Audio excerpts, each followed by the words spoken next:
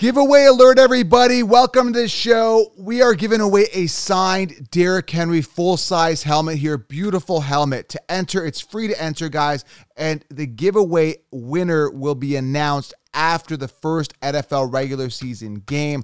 Super excited, guys. Signed Derrick Henry helmets. Enter. All you got to do is join the Discord group. Now, if you're listening in the car, how do I join the Discord group? Guys, DM me the word Discord on Instagram, or simply comment here on the YouTube if you guys want the Discord link directly. I've also linked it here below on the YouTube channel here, right here on this YouTube video particularly, okay? Sign Derrick Henry. To enter, guys, all you got to do is join the free Discord group. Now, today we're talking about five big time wide receiver sleepers, and I would say they're deeper sleepers. I mean, some of these guys are ranked, 87th on the Conshipsis rankings, which is crazy, and these guys are plug-and-play wide receivers. So I've got five big names here for you, big-time fantasy football wide receiver sleepers right here, right now. Let's go.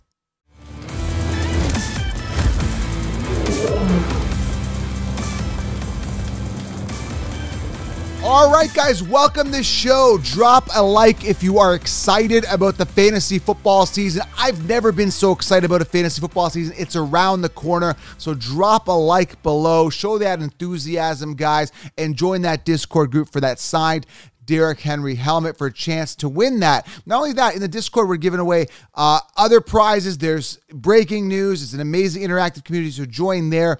Also, guys, join the Patreon group for direct access to me to guarantee your question to be answered and full direct access exclusive podcast. Amazing community in the Discord. That's patreon.com/FFcounselor. I've linked it here below on YouTube. And if you're in the car, that's patreon.com/FFcounselor. And finally, guys, get that 16-round draft solution. It'll help you guys crush your leagues. Sleepers, breakouts, optimal players drafted each round, full mock drafts. Everything, guys, in the 16-round draft solution. Let's crush our drafts for a full flow draft season. And again, drop that like below. Let's show that enthusiasm. Fantasy football is around the corner. Also, I will be doing lives every evening. I'll try my best every evening, 9 p.m. Eastern here. So turn on notifications to the channel. I'm going live here on YouTube. So it's very important, guys, you turn on those notifications. All right, let's dive into this. Five deep sleepers, big time sleepers, sleepers that are being slept on by the Conshipsis. I got five names, 2 or 3 of them I don't talk about too regularly, but they have been on my radar. They are offered in my 16-round draft solution. If you got that, you understand. And let's dive into it. The first sleeper here, all right? And in the comments below, make it interactive. Let me know if you guys agree with me. Am I crazy? What do you think? This guy, everybody's sleeping on. He's going completely undrafted. I just don't understand it. I don't get it. I think the talent is there.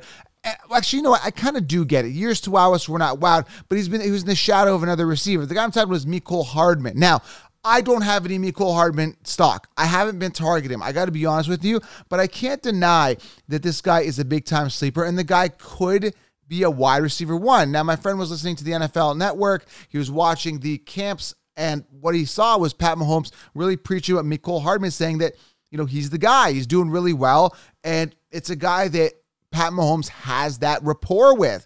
Now, it is a disaster there. There's so many wide receivers. They brought in Juju. Obviously, Tyreek Hill's gone, 159 freed up targets. That's great news, right, for guys like Mecole Hardman. They brought in Juju there. I really like Sky Moore. Sky Moore is a guy I like the upside with it. I would draft probably over Mecole Hardman. I just want to tell you that in advance, guys.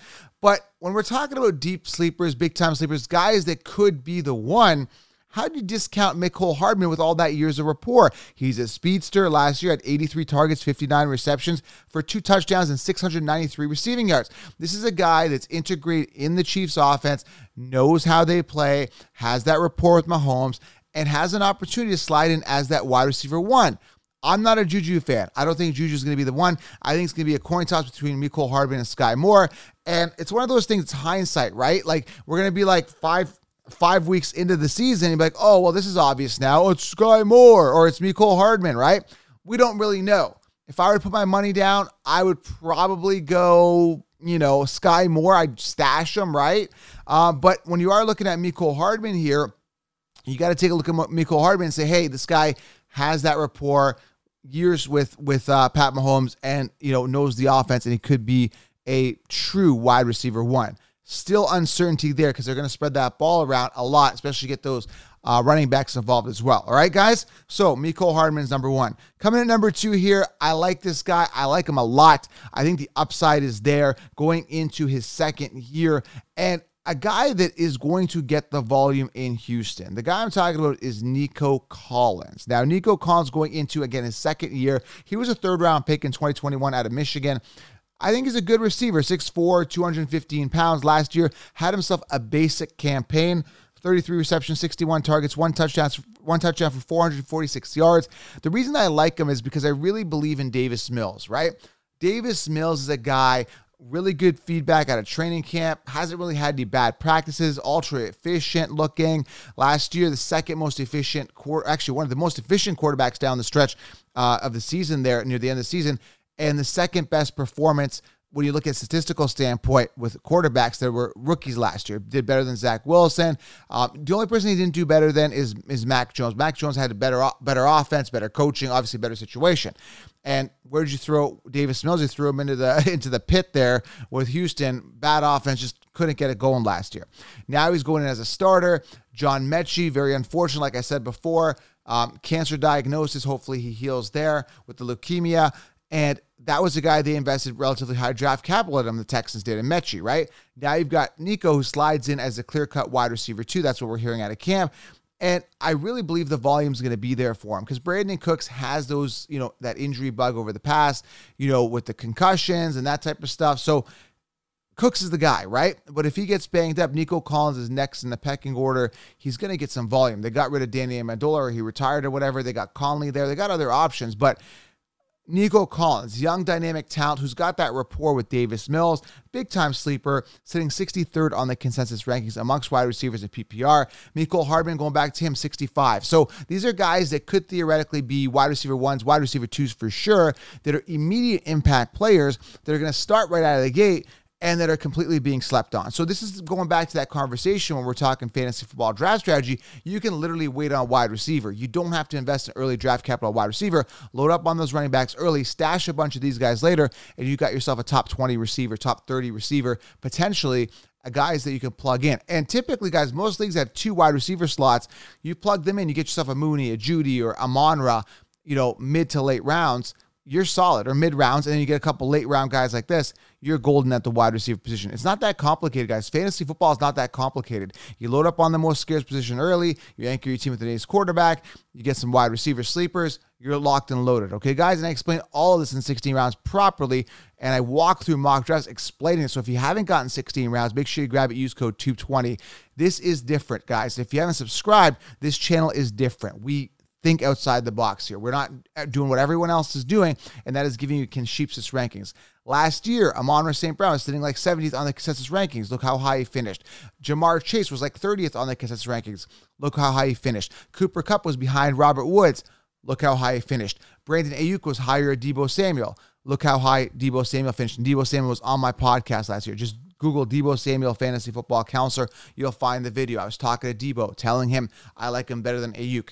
Guys, it's about thinking outside the box. So subscribe and get 16 rounds. I'm handing you the championship on a silver platter. It's not that complicated, guys, right? But the mainstream make it complicated because they give you copy and paste cookie cutter rankings, not how you're going to win your leagues.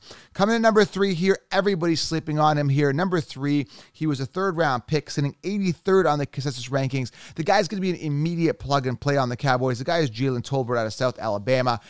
College numbers, guys, 1,474 yards last year, 82 receptions for 8 touchdowns. This is a guy that's going to be an immediate plug and play with Gallup being banged up, that whole offense being banged up. Aside from CeeDee Lamb, this is going to be your guy. Now, he had a couple drop issues in college. I think he'll be okay. 6'3", 190 pounds. I think he's going to be a good receiver. I think he's going to be a solid plug and play. I think he's going to get the targets of volume almost immediately, and he's a big-time sleeper that you can get later. And you got yourself a Cowboys wide receiver 2 to start the season who could run away with that job. So again, Jalen Tolbert, guys, remember the name Jalen Tolbert as a stash with massive upside here. Jalen Tolbert. Remember that the counselor said that to you, and you can DM me and say thank you for Jalen Tolbert later. And even if he doesn't break out or have a great season, at the end of the day, He's a stash later. He's probably going to go undrafted in your casual league because people have no idea who he is. Casuals don't anyway. So make sure you guys grab him, okay?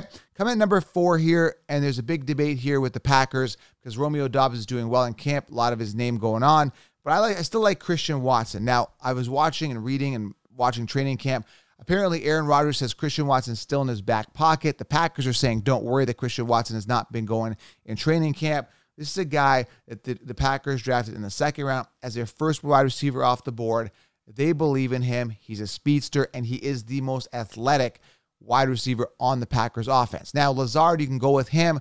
Still not bad value in around the 5th, 6th round. But if you want a sleeper, you want a guy that's going to take off, potentially be the wide receiver 1, wide receiver 2, you got to go with the guy who's most athletic, the guy that the Packers drafted the highest draft capital in him, and that is Christian Watson. Now, what I did in a recent league, I ended up stacking both Christian Watson and Romeo Doubs. Got them both for a steal. I was like, why not? At least I'm diversifying my portfolio. I've got a chance to guarantee myself the wide receiver 2 to Aaron Rodgers.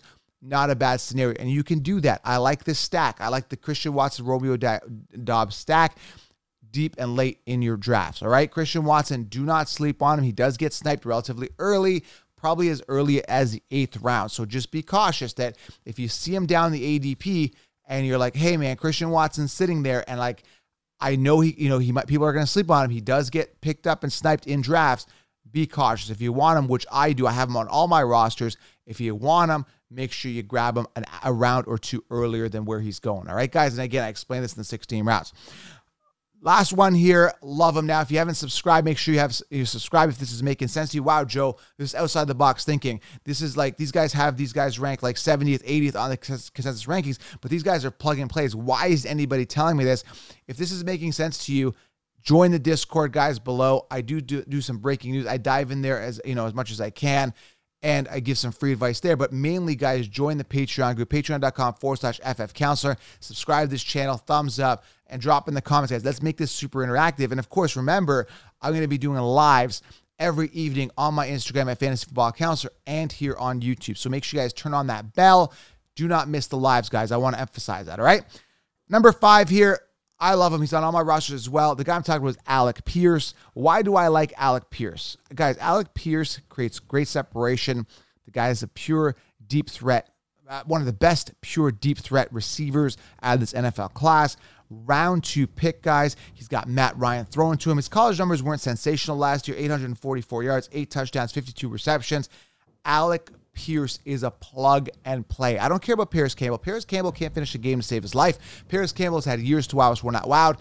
Matt Ryan will be going to Alec Pierce, and he'll be going to him frequently. This is a guy that's going to be a potential wide receiver 1. Yes, Pittman is there. He's slated as the 1, and Pittman could absolutely take off and have himself a phenomenal year. But I have avoided Pittman because he's coming off in the 3rd round in a 12-person, 1-point PPR league, and that is where I'm drafting a running back, whether it be Breece Hall, whether it be Zeke Elliott, or someone else that I like in the 3rd round that's falling at the running back position. I'm going robust RB, so I've been fading Michael Pittman, but I've been able to get myself an Alec Pierce in all drafts, and you should as well. So, guys, I just gave you some solid, amazing gold here. Now, if you want all my sleepers, I'm going to be doing a special exclusive podcast for the Patreon group, patreon.com/FFcounselor, where I go through all my wide receiver sleepers. I leave it all on the table to the Patreon members, so make sure you guys join patreon.com/FFcounselor. I've linked it below. Subscribe, thumbs up. Let me know what you guys think of these sleepers. Is there anyone else that you guys like? Drop it in the comments, guys. Fantasy football is around the corner. I love it. I'm excited. Subscribe to this #1 fantasy football podcast, and let's get to the season. We're almost there. I'm out.